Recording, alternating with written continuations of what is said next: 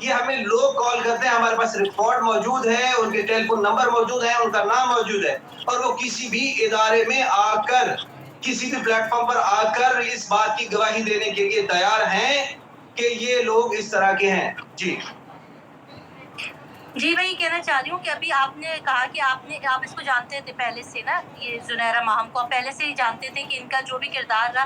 آج کل یہ کہتی ہے کہ میں ایک صحافی, میں جرنلسٹ ہوں, میرے پاس ڈگریاں بھی ہیں, میں بڑی قابل خاتون ہوں, اور اس کے بعد ان کے ساتھ جو ایک وکیل صاحب ہوتے ہیں اس کے بھی بہت زیادہ شبہ ہے کہ وہ وکیل بھی ہیں یا نہیں ہے. جس طرح سے انہوں نے کھلے عام اپنے چینل کے اوپر مہدی صاحب کی جو عزت کی دھجیاں بکھیری, نہ صرف وہ, حتیٰ کہ لاسٹ ٹائم پہ دعا زہرا کے لیے انہوں نے بہت ہی گندے اور سخت الفاظ لیے کہ باپ بیٹی کا تقدس تک انہوں نے پامال کر دیا. اس کے لیے آپ نے کیا اپنے چینل سے کیا, اور یہ ایف آئی اے تک معاملہ کیوں پہنچا, اس کے اوپر تھوڑی روشنی ڈالیں. اس کی وجہ یہ ہے کہ یہ پچھلے جو ہے وہ 28 جولائی کو میں ایف آئی اے میں ان کے خلاف جو ہے وہ میں نے اپلیکیشن ڈال دی ہوئی تھی ود کانٹینٹ ود لنک کہ کس طرح 3 طرح کے یہ جرائم میں ملوث ہیں. ایک یہ ہے کہ چائلڈ میرج میں ملوث ہیں, دوسرا یہ ہے کہ ہیٹ سپیچز, اس کے خلاف اس میں یہ ملوث ہیں, یہ پاکستان کے اندر فرقہ وارانہ جو ہے فسادات کروانا چاہ رہے ہیں. اور تیسری چیزیں یہ ہیں کہ یہ تضحیک کا باعث بن رہے ہیں, کہ ہماری اسلامی اقدار کے خلاف اقدام کر رہے ہیں, معاشرے کو بگاڑ کی طرف لے کے جا رہے ہیں. یہ پاکستان اسلام کے نام پر بنا تھا, یہاں پر جو ہے وہ مدر پدر آزادی نہیں ہوگی. یہ 3 طرح کے جرائم ہیں. یہ پہلے نہ صرف ایف آئی اے بلکہ آئی جی پنجاب کو میری اپلیکیشن گئی ہوئی ہے, پی ٹی اے کو اپلیکیشن میری گئی ہوئی ہے, اور اس کے علاوہ سی سی پی او لاہور جو ہے اس کے پاس ہے, اور اس کے علاوہ دیگر ایسے ادارے ہیں. 9 اپلیکیشنز میری 28 تاریخ کو جا چکی ہیں. یہ جو گئی ہیں ایف آئی اے کے اندر, ان کو پتہ چل گیا تھا کہ بھائی اپلیکیشن جو ہے وہ اسد جعفری نے دے دی ہے, اور یہ اپنی خفت مٹانے کے لیے کہ اس سے پہلے کہ مجھے بلاوا ہے, میں ایک ہوتا ہے کاؤنٹر کرنے کے لیے کراس پرچے, کراس ایف آئی آر ہوتی ہے نا, تو ایک لڑائی ہوتی ہے تو دوسری پارٹی بھی اگر پرچہ کروا دے تو وہ کیس تھوڑا سا کمزور ہو جاتا ہے. تو اس وجہ سے یہ وہاں پر پہنچی ہے. میں آپ کو ایک چھوٹی سی اور بات میری بہن گزارش کرتا ہوں. 28 تاریخ کو میں نے جو اپلیکیشن سبمٹ کری, تو ہمیں کوئی آپ واحد ہے جو میں اتنی اوپنلی اب اس کے اوپر گفتگو کر رہا ہوں. ہم اپنے پلیٹ فارم پر بھی ابھی اتنی ڈیٹیل میں اس کے اوپر گفتگو نہیں کی. اس کی وجہ یہ ہے کہ ہمیں نہ ہی تو جو ہے وہ پبلسٹی اسٹنٹ چاہیے, نہ ہی ہماری کچھ شیخیاں بگاڑنے کی ضرورت ہے کہ میں کچھ جو ہے وہ بہت بڑی ترم خان ہوں کہ میں نے یہ کام کر دیا. نہیں ہے, میں تو جو بھی کام کر رہا ہوں پاکستانی عوام کی بہتری کے لیے کر رہا ہوں, اسلامی معاشرے کو بچانے کے لیے کر رہا ہوں, اور عزت سادات کے لیے کر رہا ہوں. اس کا اجر میں نے اللہ سے لینا ہے, اللہ کے رسول سے لینا ہے, اہل بیت سے لینا ہے, اور پاک سیدہ سے لینا ہے. میں یہ سمجھتا ہوں کہ میں جب قیامت کے روز میرا جو ہے وہ سامنا نبی پاک صلی اللہ علیہ وآلہ وسلم سے ہو اور پاک بیوی سے ہو, تو میں آنکھیں نہ جھکا پاؤں وہاں پر, مجھے شرمندگی کا سامنا نہ ہو. وہ مجھ سے پوچھ لیں کہ میری اولاد, رسول پوچھے کہ میری بیٹیوں کی وہاں پہ عزتیں پامال ہو رہی تھی, ان کو سرے بازار جو ہے وہ نیلام کیا جا رہا تھا, ان کو تضحیک کیا جا رہا تھا. تو مجھے بتائیے کہ میں کیسا اپنے آپ کو کنسیڈر کروں گا کہ میں ان کا ماننے والا ہوں. یہ میرا کوئی احسان کسی کے اوپر نہیں ہے, نہ ہی تو میں آپ کے انٹرویو میں بتا رہا ہوں, نہ ہی تو میرا مہدی کاظمی کی کسی فیملی سے میرا کوئی تعلق ہے, نہ ہی میرا ان کے ساتھ کوئی رابطہ ہے, نہ ہی ان کو یہ میں نے کبھی بتایا کہ میں کیا کر رہا ہوں. اس کی وجہ یہ ہے کہ میں کچھ بھی کر رہا ہوں اپنی وجہ کے تحت, تو میں کسی کے اوپر احسان نہیں کر رہا. اچھا سر اسد بھائی, یہ ابھی یہ لوگ جو ہے نا, ان کو ہم نے دیکھا کہ ان کو عدالتوں کی طرف سے ان کے اوپر کاروائیاں بھی ہو رہی ہیں, 6 یا 7 مقدمات لاہور میں ان کے اوپر ہے. اس کے باوجود انہوں نے لائیو سیشن کیا اور کہا کہ دیکھ لو بھائی, ہمیں تو کوئی کسی نے نہیں روکا, کچھ بھی نہیں ہوا ہمارے خلاف. عوام اس میں بڑی پریشان ہے کہ یہ کیا مسئلہ ہے, کون ہے, یا یہ ڈرامہ کرتے ہیں, یا باقی ان کو عدالتوں نے ان کی لگامیں کھینچی ہوئی ہیں. اس کے اوپر تھوڑی روشنی ڈالیں. دیکھیں بات یہ ہے کہ جب گیدڑ کی موت آتی ہے تو وہ شہر کی طرف رخ کرتا ہے. ابھی یہ اپنی خفت مٹانے کے لیے, آپ یہ کہہ لیں کہ شرمندگی سے بچنے کے لیے اس کو بند نہیں کر رہے, اشاروں کنایوں میں یہ گفتگو کر رہے ہیں. باقی یہ ہے کہ قانون جو ہے وہ اپنا راستہ بنانا جانتا ہے. کوئی بھی پاورفل ہو, یہاں پر چیف آف آرمی صاحب آپ کے صدر مشرف صاحب جو تھے, ان کے ساتھ کیا ہوا؟ بس پاورفل تو جو ہے آپ کا آرمی ہو سکتی ہے نا. دیکھیے قانون سب کے لیے ہے. اور یہ جو بار بار کہتی ہیں کہ میرا فیملی بیک گراؤنڈ جو ہے وہ آرمی کا ہے. آرمی کا ابا آپ کا گارڈ ہے, اماں آپ کی اسکول کی ٹیچر ہے, 3 بہنیں ہیں آپ, 1 بھائی ہے. 3 بہنیں آپ پچھلے 12-15 سال سے جو ہے وہ کبھی کسی ڈانس کلب میں ڈانس کر رہی ہوتی ہیں, کبھی کسی نائٹ کلب میں ڈانس کر رہی ہوتی ہیں, کبھی آپ اسٹیج کے اوپر ڈانس کر رہی ہوتی ہیں, کبھی آپ ماڈلنگ کر رہی ہوتی ہیں, کبھی آپ دھکے کسی چینل کی کھا رہی ہوتی ہیں. تو بھائی کون سا آپ کا فیملی بیک گراؤنڈ جو ہے وہ آرمی کا ہے؟ ثابت کرے, لائیں. آپ کہیں کہ میرا ابا جو ہے وہ جنرل ہے, میرا ابا کو میجر ہے. بتائیں کہ میرا بھائی جو ہے وہ چیف آف آرمی اسٹاف ہے. کون سا فیملی بیک گراؤنڈ ہے آپ کا؟ کوئی ایک فیملی بیک گراؤنڈ یہ ہوتا ہے کہ میرا بھائی, میرا والد, یہ فیملی بیک گراؤنڈ ہوتا ہے. اب میرے چاچے کا بھی ایک لڑکا کہیں ہوگا تو میں کہوں گا میرا فیملی بیک گراؤنڈ ہے. بھائی فیملی میری, میں, میرا والد یا میرے بہن بھائی ہیں, یہ میری فیملی ہے. سر یہ آپ کا ابا گارڈ ہے.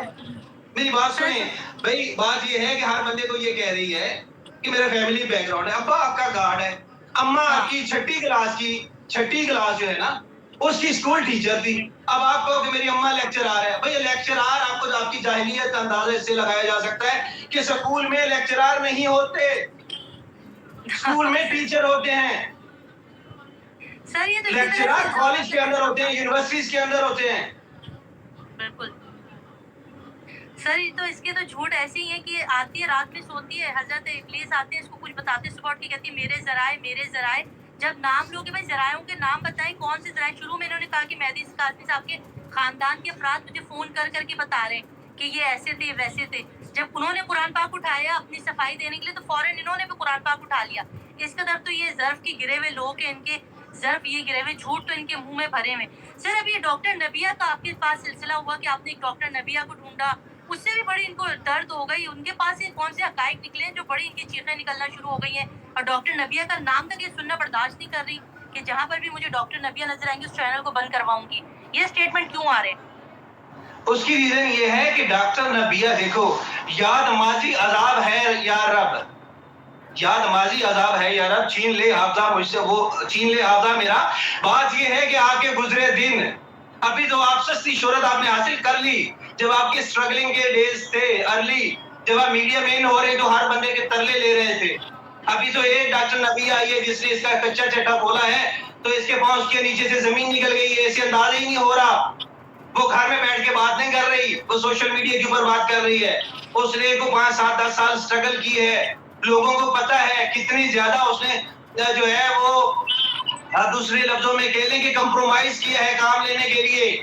میڈیا انڈسٹری میں کمپرومائز سمجھتے ہیں نا, جی تو سارے لوگ موجود ہیں. میں میڈیا میں اس کو 7 سال پرانا جانتا ہوں. میں جب ایکسپریس نیوز میں تھا تو میری بات کو ڈینائی کر کے بتائیں مجھے.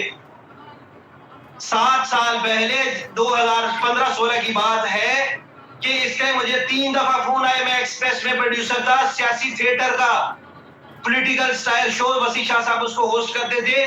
مجھے 3 دفعہ اس کا فون آیا. 3 دفعہ فون کر کے اس نے مجھے کہا کہ سر میری بہن ہے چھوٹی, اس کو کہیں اکاموڈیٹ کر لیں, اس کو کوئی چھوٹا موٹا رول دے دیں. ڈینائی کرے نہیں کر سکتی, اس کی جان جاتی ہے مجھ سے. یہ میرا اس میں کوئی کمال نہیں ہے. یہ اللہ تعالیٰ کی ذات کی طرف سے مجھے ایک ڈیوٹی اسائن کی گئی ہے. اب اس کی جان جا رہی ہے اسد جعفری سے. اسے پتا ہے کہ اسد جعفری میری منجی ایسی ٹھوکے گا کہ یہ ساری عمر یاد رکھے گی. پہلے وہ دھمکیاں لگاتی تھی یوٹیوبرز کو. نہیں تو میں کیوں بار بار کہتا ہوں کہ میرا یوٹیوبرز کا بیک گراؤنڈ نہیں ہے. میں پروفیشنل جرنلسٹ ہوں. میری صحافتی تنظیمیں ہیں جہاں پہ ہم لوگوں کے لیے پروٹیسٹ کرتے ہیں. اس کے علاوہ بہت سارے ایسے ایویڈنس اس کو اندازہ ہو گیا ہے کہ میرے جتنے بھی کتے کارنامے تھے اس کو پتا ہے, اس کو پتا چل چکے ہیں. اب آپ کو میں ایک چھوٹی سی چیز شیئر کرتا ہوں. میں ابھی تک میں نے اپنے طرف سے کوئی ایسی بات نہیں کی. میں آپ کو بتاتا ہوں 4 مختلف کالز میرے لائیو پروگرام کے اندر آئی ہیں. ایک بندہ ہے جو یورپ میں رہتا ہے, اس کا اس کے ساتھ خود فزیکل ریلیشن تھا. اس سے قریب 12 لاکھ روپے اس نے لیے نکلوائے. یہ جو سویٹی آنٹی کا کہہ رہی ہے کہ میں اس کو نہیں جانتی, یہ کیس ابھی 4 مہینے پہلے کا ہے. یہ جو سویٹی آنٹی ظہیر کی ماں ہے نور بی بی, اس کو یہ 10 سال پرانی جانتی ہے. وہ نائکا تھی اس کی. اس سے ڈینائی کرے گی ذرا. جو بندے اس کو نائٹ کے لیے لے کر جاتے تھے نور بی بی سے, سویٹی آنٹی سے, وہ میرے ساتھ رابطے میں ہیں. انہوں نے بتایا ہے کہ ہم اس کو کتنے پیسوں میں لے کر جایا کرتے تھے. وہ ریکارڈ ہے, وہ میرے پاس ریکارڈ ہے. ان بندوں کے نمبر میرے پاس موجود ہیں, ان بندوں کی ویڈیو کال میرے پاس ریکارڈنگ موجود ہے, اور وہ ہر پلیٹ فارم پر آنے کے لیے تیار ہیں. اس کو اس وجہ سے ٹینشن ہونا شروع ہو گئی. اب آپ کو کل کی بات بتا دیتا ہوں میں. ابھی تھوڑی دیر میں میرے چینل کے اوپر وہ ویڈیو اپلوڈ ہو جائے گی. مجھے سعودی عربیہ سے ایک بندے کی کال آئی, وہ گجرانوالہ کا ہے. 5 سال پہلے, آج سے 5 سال پہلے, نور بی بی جو سویٹی آنٹی ہے, ظہیر کا بڑا بھائی شبیر اور زنیرہ, انہوں نے گجرانوالے سے 4 بچیوں کو اغوا کیا. ان میں سے ایک لڑکی جو تھی وہ اس کی بیٹی تھی جس نے رات کو فون کیا. وہ بندہ رو رہا تھا بار بار. وہ وہاں پر سعودی عربیہ میں خانہ کعبہ میں وہ کھڑا تھا, وہ چلا رہا تھا.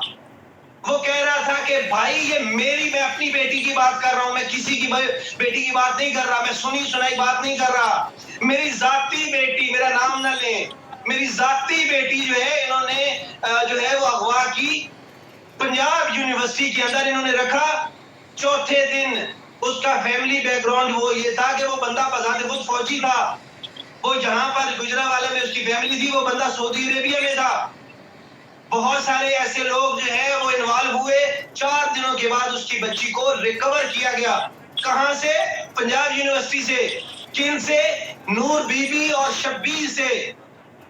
آپ اندازہ لگا سکتے ہیں کہ یہ اس کی جو ہے وہ پاؤں کیوں جل رہے ہیں, یہ کیوں ادھر ادھر بھاگ رہی ہے کہ کسی طریقے سے مجھے روکے. تو میں تو نہیں روک سکتا, میں خود بول ہی نہیں رہا, لوگ بتا رہے ہیں. بالکل بالکل سر, بالکل آپ صحیح کہہ رہے ہیں. ابھی جو کرنٹ صورتحال ہے, ابھی جو کاروائی ہے, نور بی بی آزاد ہے, ٹھیک ہے.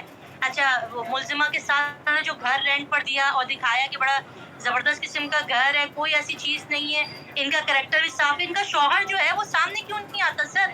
اگر اتنی یہ پاکستان ہے, اتنی اچھی ہے, تو ان کے تو شوہر کو سامنے آ کے کہنا چاہیے یہ میری بیوی ہے. وہ تو خود چھپ رہا ہے, وہ تو چھپتا پھر رہا ہے ادھر سے ادھر. وہ سامنے نہیں آنا چاہتا کہ وہ بتائے کہ میری بیوی ہے زنیرہ مام فخر سے.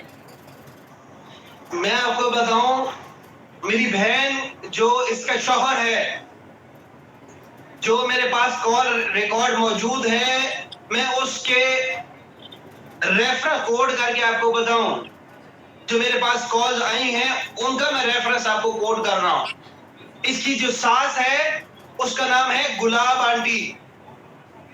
یہ جو جعلی کرینہ کپور ہے, اس کی جو ساس ہے اس کا نام ہے گلاب آنٹی.